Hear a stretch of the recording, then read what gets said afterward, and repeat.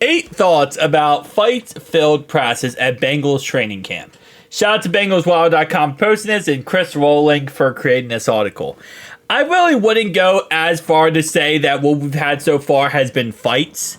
I think if you watch the Malik Neighbors Lions joint practice with the Giants, that's a fight. Okay, Malik Neighbors literally threw a punch at the cornerback's face, and the cornerback threw a punch at his face. That's an actual fight.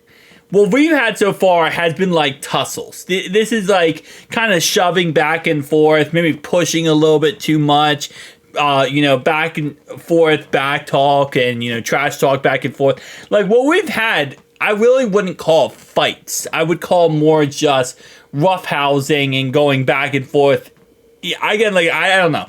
I would say when I think the word fight, I think of what, again, Malik Neighbor is saying, where he punched the guy in the face and the guy punched him in the face. That's a fight. Like, if we're pushing and shoving, I wouldn't say we're fighting. I say, we're kind of, it's a brawl in a way. But, okay. Anyway, nonetheless, though, fight-filled processes at Bengals training camp.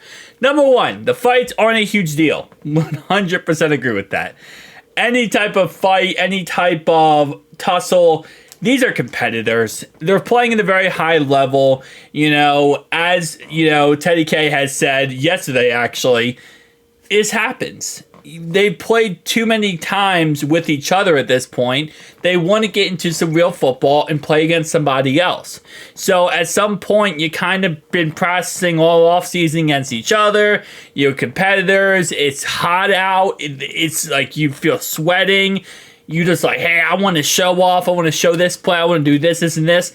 It's going to happen. Okay, you're going to have some tussles that break out because of it. That said, the vibe shift was apparent. The chippy, talkative defense that's been winning for most of the summer started losing, and the results was ramped up physically. And again, yes, you're going to have that all the time. These are competitors. These are the top of the top levels when it comes to players. Yeah, you're going to have some chippiness. And in reality, the one time we did have chippiness, one of the times, which is actually what we're talking about in this article, was when Yoshi got hit across the middle.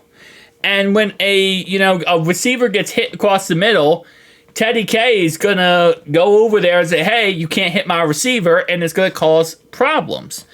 And other than that, again, yes, we also had a Teddy K and Logan Wilson issue. It's a mess. T. Higgins is dominating, which isn't all that surprising. Related to that, Joe Burrow's arm once again looked good on a 60-yard deep bomb to T. Higgins. Yeah, T. Higgins he didn't really practice much yesterday because he had a really dominant day before. But overall wise, he's looking absolutely amazing. And I can't wait to see what he does this upcoming season. Good to see Trey Henderson back, even if it was limited. It's his first notable work since he's been labeled week to week by Zach Taylor. Sam Hubbard, who carries the same destination, still isn't back. Yep. Again, it's injuries, man. So far, injuries have kicked our butts in, out, and all about. I mean, it's been a mess with injuries, but we're going to just try to get healthy.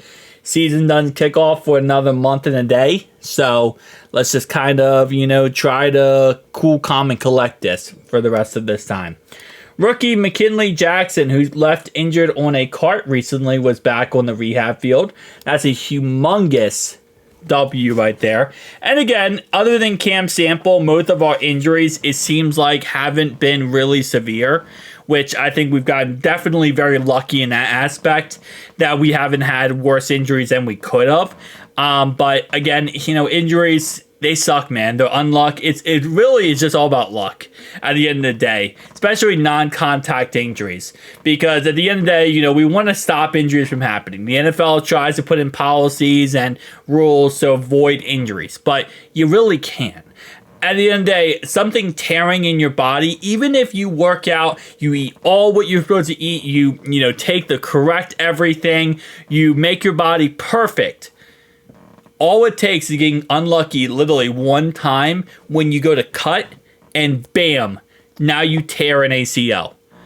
And again, there's nothing that could prevent that. That's a non-contact injury. even if everything else is perfect, it's really just a luck factor of staying healthy. And the sad part is, so far this offseason, we've had a very big problem with staying healthy. Anthony and Josh Newton continues to make big plays and stand out as rookies who can make the roster and have an impact. In the case of Anthony, that might be only on special teams, but it's a good place for the late round pick to get started. Well, based on what Lou said, all of our guys in our young secondary right now are going to get some playtime this year. So I do believe Anthony will get some playtime on defense. It might not be as much, but it will be kind of in the same vein as Poison Ivy last year, where Poison Ivy did have, I believe, like 50 snaps, which I know is really nothing at the end of the day for the season, but he will get some snaps. And if he looks good, he'll get more snaps. And if he continues to look good, he'll become, not a starter, but a rotational guy. I mean, you gotta keep in mind, going to last season, Jordan Battle was the backup for Nick Scott. And the first 5 weeks of the season, he didn't get much playtime at all. I think he played like maybe 20% of snaps. And then once he started playing really good and showing how good he is, he became the starter instantly. So you never know, you start looking good. Take advantage of every single snap you get.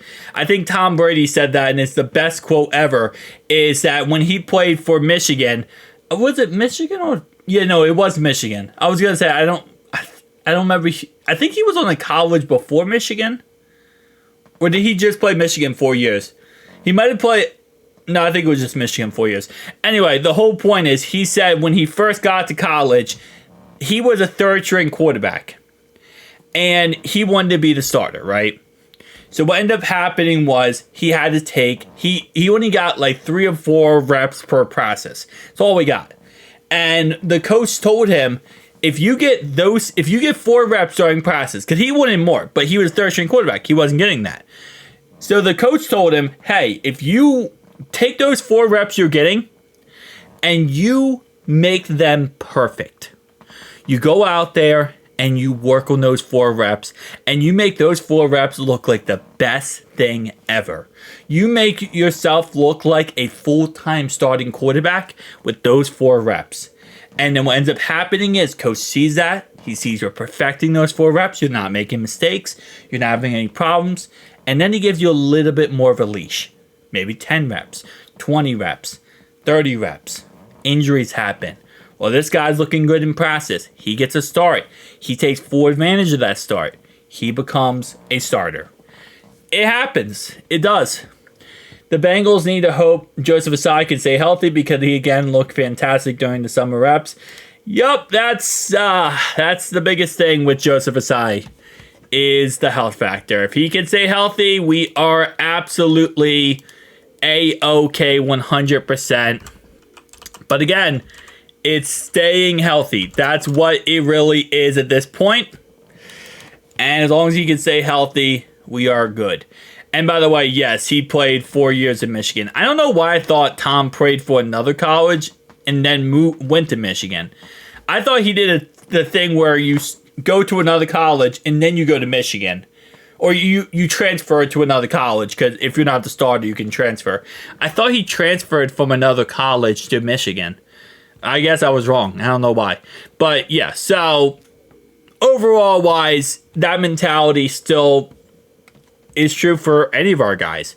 I mean, just because you are on the roster bubble, just because you're down the list and you're not a starter, doesn't mean anything. You could always find your way up the roster and become a starter eventually. So, tell me down below your thoughts, opinions. I'll see you guys in the next one. Who dey?